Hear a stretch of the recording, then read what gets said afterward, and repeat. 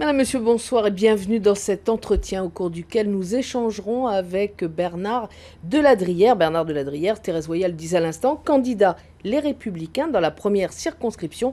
Bonsoir Bernard Deladrière. Bonsoir Nathalie. Vous êtes connu alors davantage comme un homme de dossier, un homme plutôt dans conseiller des politiques et notamment de Pierre Frogier. Pourquoi est-ce que vous avez choisi aujourd'hui de vous mettre sous le feu des projecteurs et d'aller dans le cambouis directement ?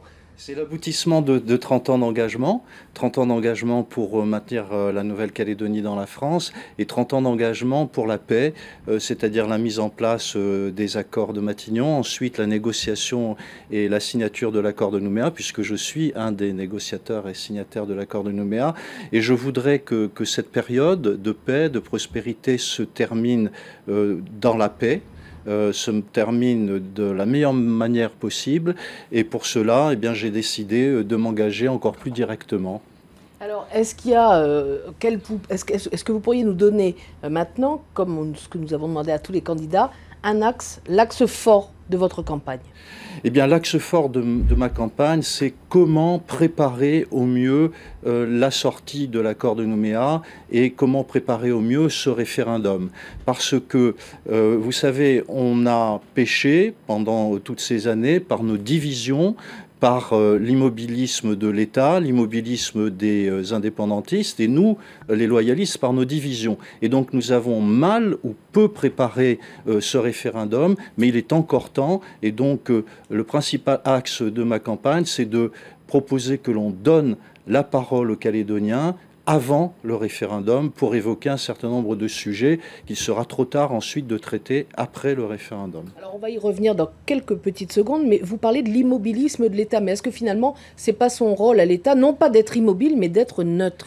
Non, vous savez, en Nouvelle-Calédonie, c'est comme ça, il faut l'admettre. À chaque fois qu'on a avancé, qu'on a progressé vers la paix, vers la réconciliation, c'est parce que l'État s'est fortement engagé dans les accords de Matignon avec Michel Rocard et dans l'accord de Nouméa avec Lionel Jospin. Et c'est comme ça, on a besoin de l'État, nous, pour nous asseoir autour de la table et pour avancer. Alors vous vous dites favorable à une solution dans la France qui remportera l'adhésion d'une majorité de Calédoniens. C'est ce que vous avez notamment déclaré dans une interview chez nos confrères des Nouvelles Calédoniennes. Mais est-ce qu'il n'est pas nécessaire malgré tout de se compter avant ça et donc d'aller au référendum pur et simple?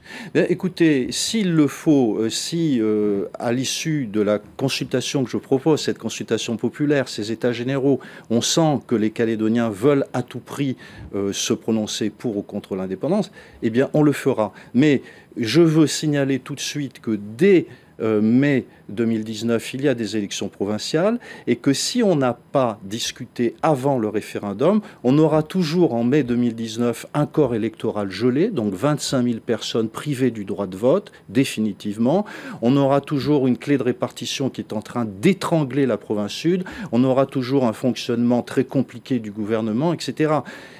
Il faut parler de ces choses-là avant le référendum. Mais est-ce que ça ne risque pas d'être un peu compliqué, notamment en termes de timing? Parce que c'est court finalement 2018. Oui, mais vous savez, moi j'étais donc négociateur de l'accord de Nouméa. L'accord de Nouméa, il s'est négocié en quelques semaines. Bon, s'il y a une volonté politique, là on dispose quand même de 18 mois, et en tout cas on dispose des 6 derniers mois de l'année 2017 pour mener une grande consultation populaire. Et je souligne que là, il ne s'agit plus de discussions entre des experts et des responsables politiques. Il faut que ce soit les Calédoniens qui s'expriment en tout lieu de la Nouvelle-Calédonie dans les 33 communes. Alors cette solution que vous préconisez avec Pierre Frogier, à quoi elle pourrait ressembler? Moi, je vous dirais que ça sera une solution dans la France, bien évidemment, que nous préconisons, mais il faut avoir le courage de traiter ces sujets que sont la citoyenneté, c'est-à-dire le corps électoral, la clé de répartition, la répartition des compétences, la composition du Congrès, l'organisation du gouvernement. Il faut parler de tous ces sujets, il faut parler des valeurs aussi, il faut parler du projet de société. Et c'est en fonction, il ne faut pas arriver avec une solution clé en main qu'on imposerait aux Calédoniens. Je crois qu'ils ne veulent plus de ça, ils veulent être associés, pouvoir s'exprimer, et c'est ce que je propose. Quel adversaire est-ce que vous redoutez le plus dans la première circonscription?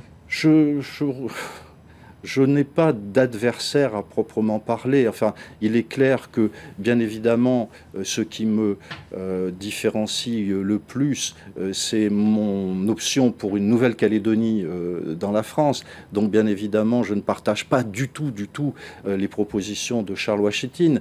Après, avec les candidats du camp loyaliste, ce sont surtout des différences de personnalité, des différences d'expérience, et puis effectivement une conception parfois différente de la manière de sortir de l'accord de Nouméa.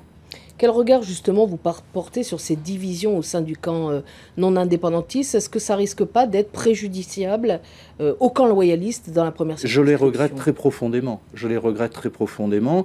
Plusieurs candidats loyalistes avaient demandé l'investiture des Républicains. Je rappelle que c'est une élection nationale. C'est pas une élection locale. Ce ne sont pas les provinciales, ce ne sont pas les municipales. Donc c'est très important d'avoir l'appui d'un parti politique national. Eh bien, c'est moi qui ai eu cette investiture du parti Les Républicains, et donc j'ai cette légitimité-là. Maintenant, on ne peut empêcher personne de se présenter, mais je trouve dommage qu'il y ait ces divisions et que ceux qui n'ont pas eu l'investiture se soient quand même présentés contre moi. Alors Bernard de Ladrière, on va passer maintenant au mix du questionnaire de Proust et de Bernard Pivot. Quel est votre principal défaut? Je pense, écoutez, le choix est grand, il faut bien en trouver un. On me dit que je suis susceptible. Voilà, je pense que je suis assez susceptible et puis un peu soupolé. Pourtant, quand on fait de la politique, être susceptible, c'est pas forcément un avantage. Ben, j'essaye de m'améliorer, j'y arrive il faut se forger une carapace quand même. Oui, tout à fait, j'essaye d'être de plus en plus zen. Quel fait militaire estimez-vous le plus?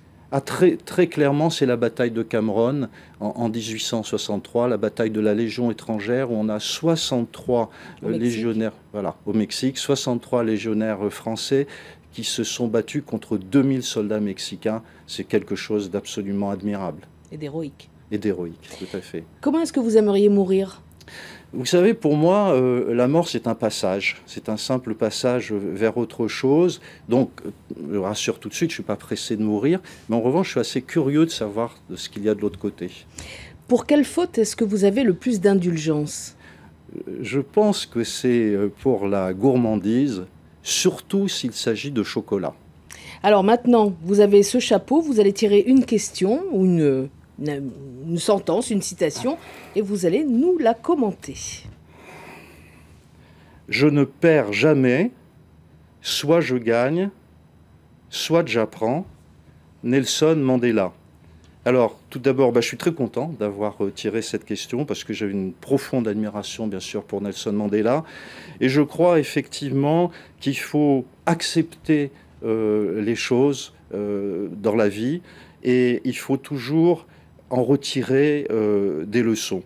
Donc oui, on apprend toujours, à tout âge et jusqu'à la fin de sa vie. Y compris et surtout des échecs. Y compris des échecs, même si bien évidemment je ne me souhaite pas un échec, mais plutôt un succès. Vous êtes optimiste?